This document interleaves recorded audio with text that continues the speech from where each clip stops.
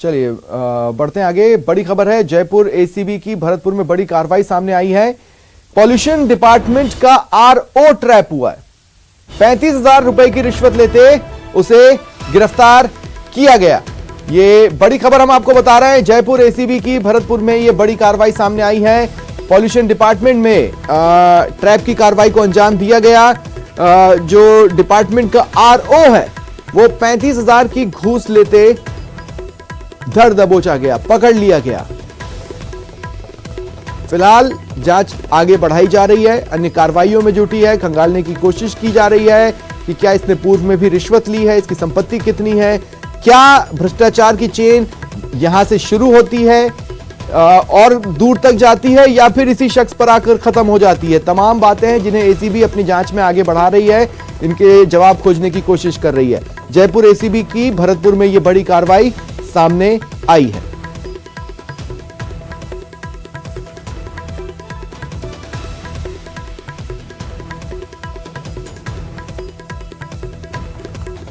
₹35,000 की रिश्वत ले रहा था, पकड़ लिया गया।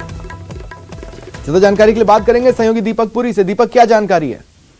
बिल्कुल स्वप्निल, देखिए एसीबी की ये बड़ी कार्रवाई है और बड़ी कार्रवाई एसीबी ने बड़ी कार्रवाई को अंजाम दिया है। क्षेत्रीय जो पोल्यूशन कंट्रोल बोर्ड है वहां पर उसके रीजनल ऑफिसर हैं एचआर कसाना, उनको और उनके साथ एक जयन है राजेश सैनी, दोनों को एसीबी ने दबोचा है। 35,000 रुपए की रिश्वत लेते हुए इनको दोनों को दबोचा गया है और जयपुर की एसीबी टीम द्वारा ये कार्रवाई की गई है। अभी भी पोल्यूशन कंट्रोल बोर्ड में जो है कार्रवाई जारी है। और हम आपको बता दें कि सबसे बड़ी बात यह कि पहले भी इस दफ्तर में एसीबी की कार्रवाई हो चुकी थी, जहां इसी अधिकारी के दफ्तर से एसीबी की टीम ने 1 लाख रुपए बरामद किए थे। हालांकि उस मामले में जो है कार्रवाई जांच अभी चल रही थी, लेकिन उसके दूसरे बात यह है अब जो एसीबी की बड़ी कार्रवाई देखने को मिली है। फिलहाल जो एसीबी की कार्रवाई है वो दफ्तर में जारी है। एचआर कसाना है रीजनल ऑफिसर, उनको और उनके साथ एक जयन है, दोनों को जो है रिश्वत लेते हुए ट्रैप किया गया है। किस मामले में ये रिश्वत ले रहे थे अभी उसका जो है एसीबी के अधिकारियों ने खुलासा नहीं किया है। उन्होंने कहा है कि कुछ देर बाद में जो है प्रेस नोट जारी करके पूरे मामले का खुलासा कर दिया जाएगा। फिलहाल बड़ा कहा जा सकता है कि एसीबी की ये बड़ी कार्रवाई है और एसीबी ने बड़ी कार्रवाई को अंजाम दिया है। जिस तरह से लगातार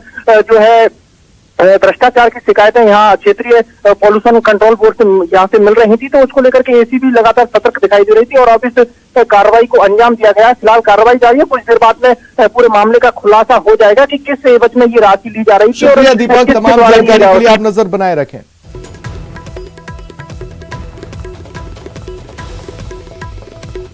राज्य मंत्री राजेंद्र गुढ़ा मंत्री बनने के बाद लगातार विवादों में नजर आ रहे हैं।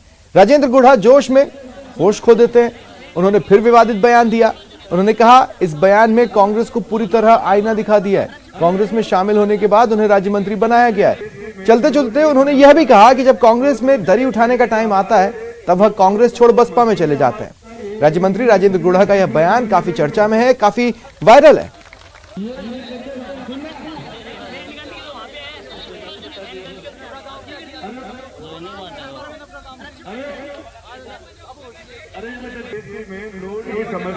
तो मैं थाने एक बताऊं, चुनाव जीतू बसपासू, राज बनू कांग्रेस में मंत्री बनू और पास ओदू चुनाव में बताओ भी बहन जी को दोबारा टिकट नहीं आयो। पहले ले टिकट बसपासू लियो, जीतो, अब ओदू टिकट लिया बहन जी को ले और पास ओदू चुनाव जीते और ओदू कांग्रेस में ओदू मंत्री में खेल में कोई कमी है। और अब बात 5 सितारा होटल में हुई फिल्मी स्टाइल की चोरी की। महाराष्ट्र से बेटी की शादी के लिए जयपुर आया परिवार एक 5 स्टार होटल में ठहरा था। परिवार और मेहमान मैरिज गार्डन में रात को महिला संगीत में झूम रहे थे। होटल में गायब हो गई इसी दौरान उनकी 2 करोड़ की ज्वेलरी।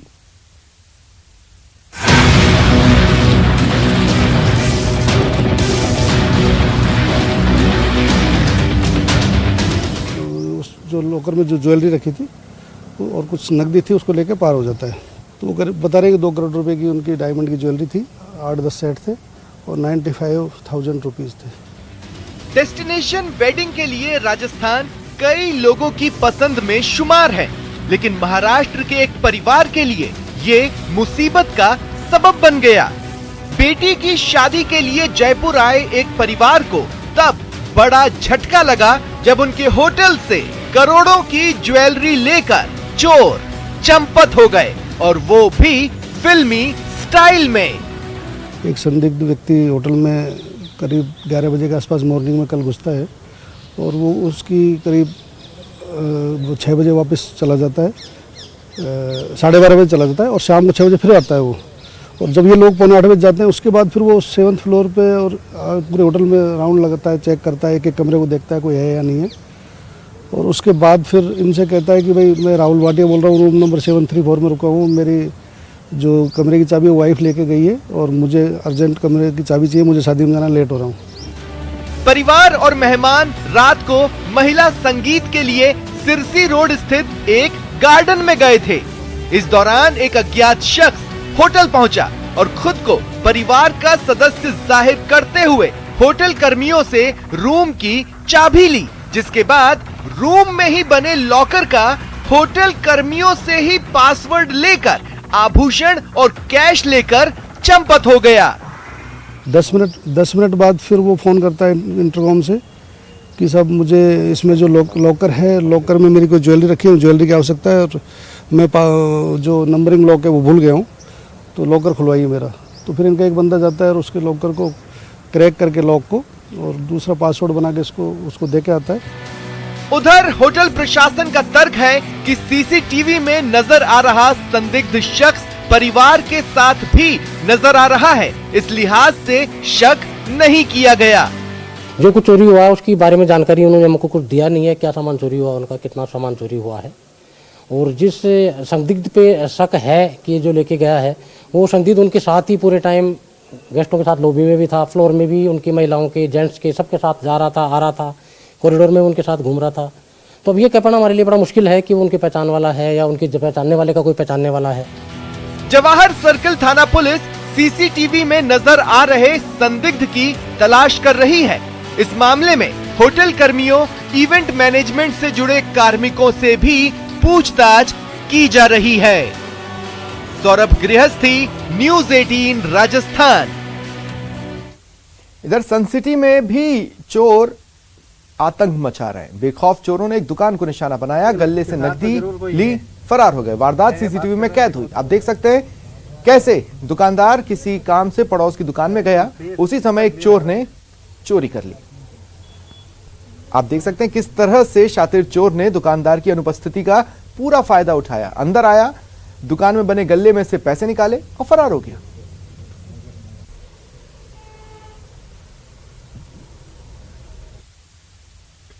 रुकते हैं ब्रेक के लिए।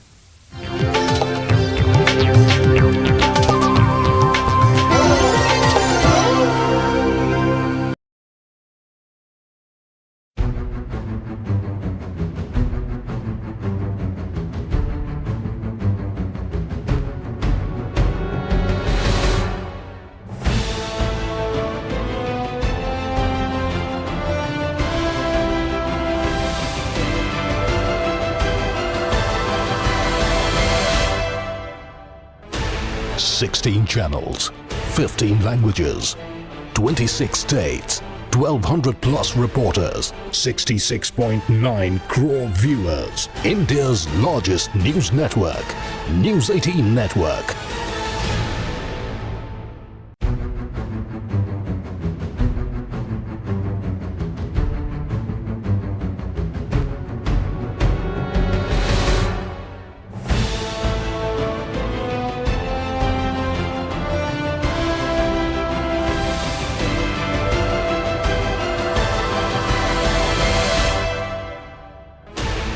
Sixteen channels, 15 languages, 26 states, 1,200 plus reporters, 66.9 crore viewers. India's largest news network, News 18 Network.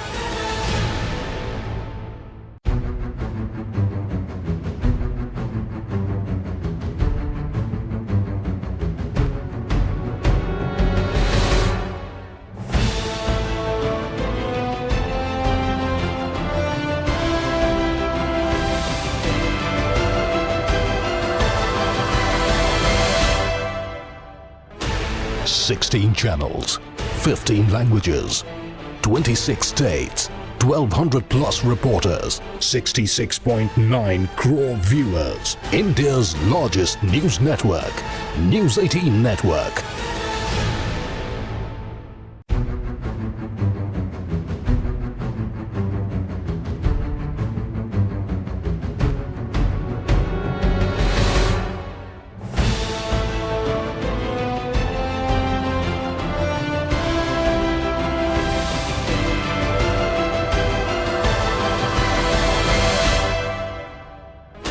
16 channels, 15 languages, 26 states, 1200 plus reporters, 66.9 crore viewers. India's largest news network, News 18 Network.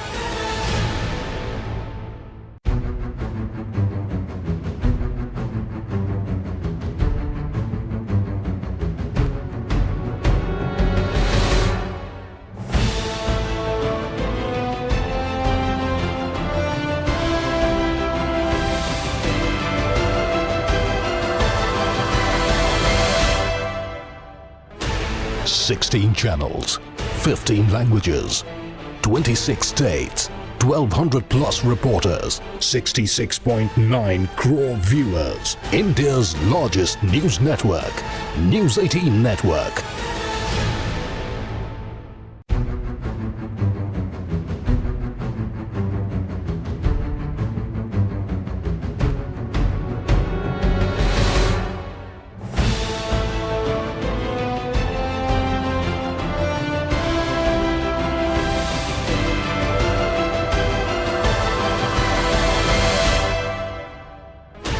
Sixteen channels, 15 languages, 26 states, 1200 plus reporters, 66.9 crore viewers. India's largest news network, News 18 Network.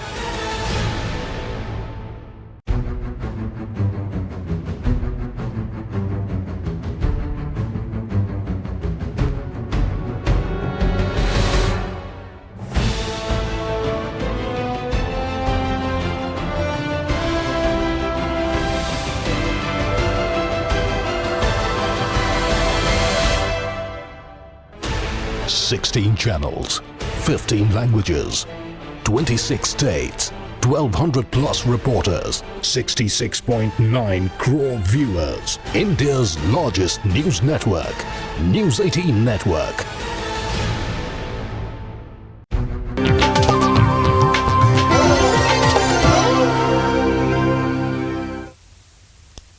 यदि सफलता को लेकर संकल्प के साथ काम किया जाए तो कठिनाई भी सफलता के आड़े नहीं आती। ऐसा ही एक संकल्प देखिए इस रिपोर्ट में।